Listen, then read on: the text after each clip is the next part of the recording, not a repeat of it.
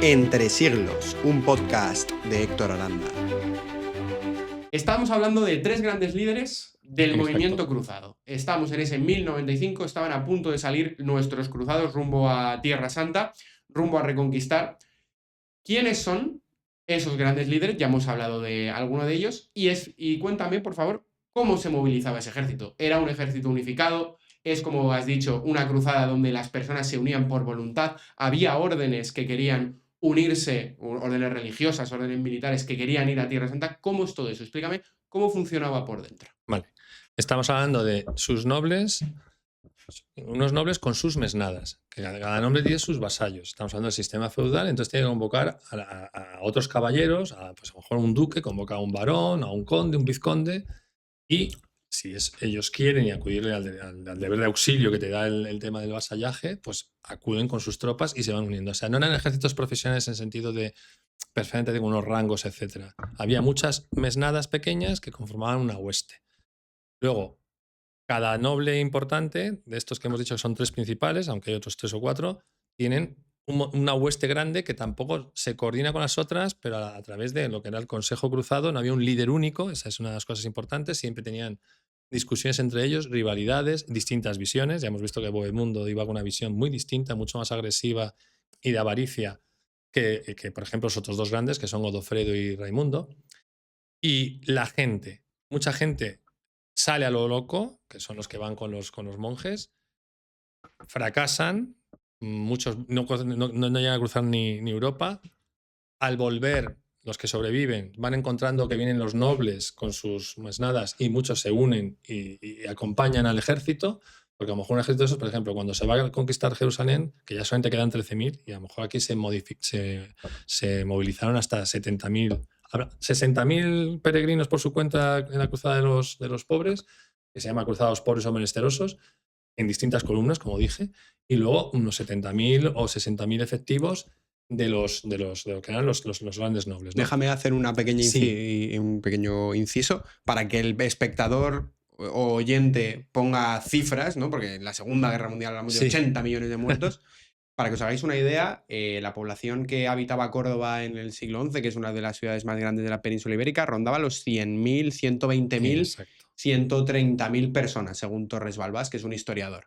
Para que os hagáis una idea, aquí se está movilizando más de una de las ciudades más grandes del mundo. Es como si ahora mismo estalla una gran guerra, toquemos madera de que no pase, y se movilizan los 10 millones de personas que haya en Madrid. ¿Vale? Esa sería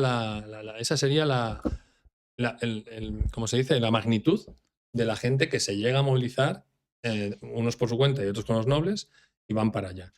Como decíamos, van recogiendo también a estos menesterosos, otros se vuelven a casa, otros mueren, y van engrosando las filas del ejército cruzado, ¿no? Y todos esos nobles viajan hasta Constantinopla, que es el sitio donde venía la petición de ayuda por Alejo I, ¿no? Alejo I Comneno, que es la capital de los bizantinos. ¿Qué hace el emperador allí una vez que llegan?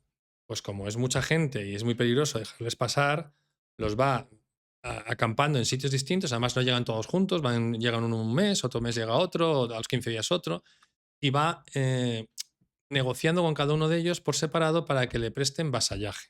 En esa época se podía prestar vasallaje a distintos señores. Tú puedes tener, por ejemplo, Godofredo de Bouillon era vasallo del emperador del Sacro Imperio, pero también se hace vasallo en lo que toca la parte de Tierra Santa de Alejo I. Alejo I usa un vasallaje que es una cosa más bien occidental, ¿no? De la parte occidental, que allí en Bizancio no se hacía tanto, pero usa esa técnica para tener un poco atados a estos cruzados que van a cruzar hasta Tierra Santa y él va a ayudarle con los barcos a cruzar, pero él lo que quiere es que le recuperen las tierras que se han perdido en Anatolia, pues Nicea, Antioquía, que era todas lo que se perdió a manos de los turcos selyúcidas con la batalla de Mazinkert en 1071. Y entonces, una vez que los tienen allí todos juntos, estamos hablando de distintos idiomas, distintas sensibilidades. Por ejemplo, la tropa que llevaba, la más numerosa era la que llevaba el occitano Raimundo de Tolosa. Estos tenían sus trovadores, las trovarits, que eran mujeres trovadoras. O sea, era una corte mucho más refinada. Cuanto más al norte te ibas, todo, como siempre, se hace un poco más refinado. Más bárbaro. Más al norte, digo. Más al norte, te vas desde al sur. Occitania, sí. que es al sur, te vas más arriba, Pues entonces, y tienen distintas maneras de ver las cosas. Porque hablemos también, estamos hablando de los italianos, que son los normando-italianos, pero habían venido conquistando Italia desde arriba, Lombardía, no sé qué, y habían llegado hasta el sur 80 años antes. El padre de Bohemundo de Tarento es Roberto Guiscardo, que había hecho el ducado de Apulia, y este incluso había atacado al Imperio Bizantino. O sea, imagínate si los bizantinos tenían un resquemor ante quienes venían. Entonces Alejo lo hace muy bien, y ese ejército, que no, ya digo, no está unificado con un líder, acampa alrededor y espera la ayuda de este emperador para pasar al otro lado. Pero pese a ello, las relaciones entre los propios líderes militares y entre las propias huestes, como tú has planteado que hay distintos idiomas, hay distintas lenguas, hay una realidad distinta entre todos los que allí habitan, tenemos que los cristianos 80 años antes, es decir, 2 generaciones o una generación y media antes, eran los propios bárbaros, eran aquellos que habían desmantelado el imperio, eran aquellos que habían atacado el imperio bizantino. ¿Cómo eran estas relaciones entre los propios soldados que acudieron a la cruzada? Les unía a todos la fe, eso es verdad. Bien. O sea, en eso, ese era el núcleo cohesionador. Pero claro, tenemos una pugna bastante grande. Los normandos italianos no dejaban de ser descendientes de vikingos, eran bastante más rudos, estaban en guerra constante en la parte de Italia. Y no hablo de guerra constante en el sentido de que en toda Europa había una violencia feudal durante esos siglos, que es una de las cosas que tenía el Papa. Quiere que esta violencia se vaya a Europa. Se vaya a Europa e intenta canalizar toda esa violencia que tienen los señores feudales a una misión santa como es la cruzada, ¿no? Los italianos estaban metidos en sus propias guerras y de hecho estaban conquistando todavía Sicilia, lo recuperan poco antes del llamado del Papa, a los musulmanes en el de Sicilia. Esos chocan bastante más, sobre todo porque van siguiendo sus líderes con los occitanos de Raimundo de Tolosa, que Raimundo de Tolosa tiene una manera muy distinta de ver. Es más de cumplir los pactos, que esa es otra, que aquí hay gente que no cumple los pactos, y además viaja con el legado papal, que es además de Lepuy, además de Montiel, obispo de Lepuy, que es el primero que se arrodilla y coge la insignia del Papa el día del Concilio de Clermont, y viaja con Raimundo de Tolosa. Digamos que esos son una hueste mucho más tranquila y más cohesionada.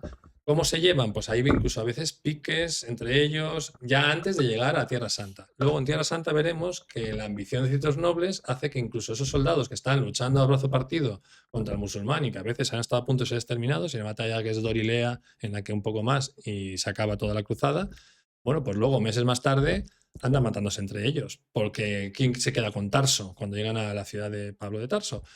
Pasan de San Pablo. De San Pablo.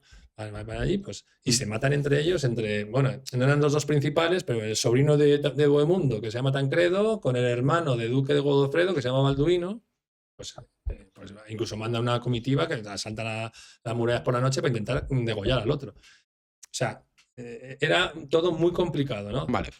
La unión venía cuando venía el enemigo común, que era el Islam. Al final esto es un poco, y ya lo han podido ver en el podcast anterior que grabé con Diego Chapinal, hablamos un poco de estos movimientos que al final son nacionalistas, entiéndeme, Sí, matizándolo. matizándolo. El nacionalismo vive de lo mismo, vive de crear un enemigo común en el exterior para unificarnos todos y que en todo el conflicto que pueda darse en el territorio se dé fuera, ¿no? Pues quien quiere ir a verlo, que lo tiene ahí para poder ir a verlo. Pero efectivamente lo que se está haciendo es coger todos los conflictos que hay entre pueblos cristianos del territorio y llevárselos a